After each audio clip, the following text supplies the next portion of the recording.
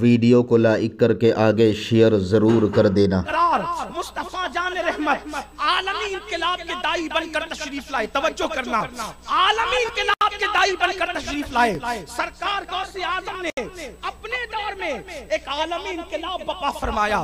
صرف میں اشارے پڑھ رہا ہوں اس لیے کہ 10:15 تک محفل مکمل ہونی ہے۔ اللہ اکبر، اللہ کے رسول علیہ السلام کا انقلاب ختم نہیں ہوا، بلکہ مصطفیٰ جان رحمت صلی اللہ علیہ وسلم کے انقلاب کے اثرات اب بھی ہیں اور قیامت تک رہیں گے۔ لیکن اللہ سرکار غوث پاک بھی ایک عالمی انقلاب کے دائی بن کر کے تشریف لائے اور آپ نے عالمی سطح پہ انقلاب برپا فرمایا۔ پھر سارے نبیوں میں سب سے زیادہ اگر کسی کی امت ہے تو مصطفیٰ جان رحمت کی امت ہے، اور سارے ولیوں میں سب سے زیادہ اگر کسی کے مریدین ہیں تو شیخ عبدالقادر جیلانی غوث پاک کے مریدین ہے۔ کوئی سلسلہ عرب میں ہے، عجم میں نہیں، عجم میں ہے، عرب میں نہیں، شام میں ہے، یمن میں نہیں، یمن میں ہے، شام میں نہیں۔ ایک سلسلہ قادریہ ایسا ہے کہ مشرق سے لے کر مغرب سے لے کے جنوب تک اگر کسی سلسلے کے ڈنکے بج رہے ہیں تو وہ غوث اعظم کا سلسلہ قادریہ ہے۔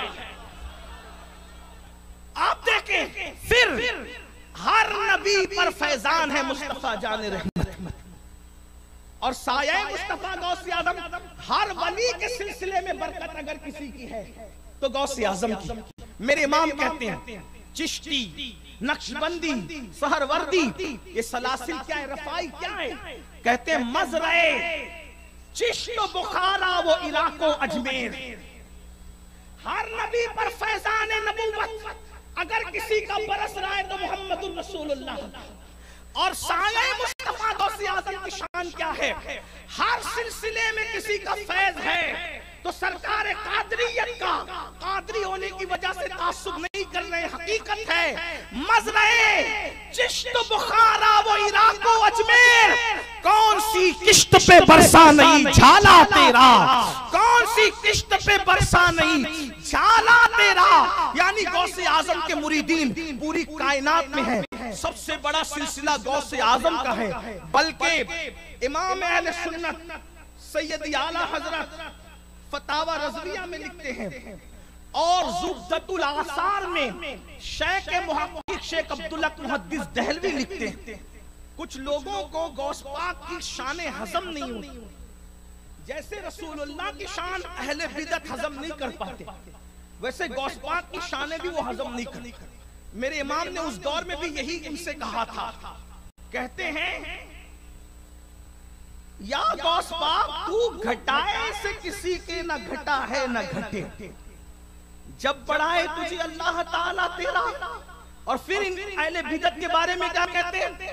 عقل ہوتی تو خدا سے نہ لڑائی لیتے، عقل ہوتی تو خدا سے نہ لڑائی لیتے، یہ گھٹائے اسے منظور بڑھانا تیرا۔ یہ اہل بدعت گھٹا رہے ہیں اور اللہ بڑھا رہے ہیں۔ ملا کی چلے گی کہ اللہ کی چلے گی؟ کس کی چلے گی؟ ملا گھٹانا چاہتا ہے، اللہ بڑھانا چاہتا ہے۔ کیوں؟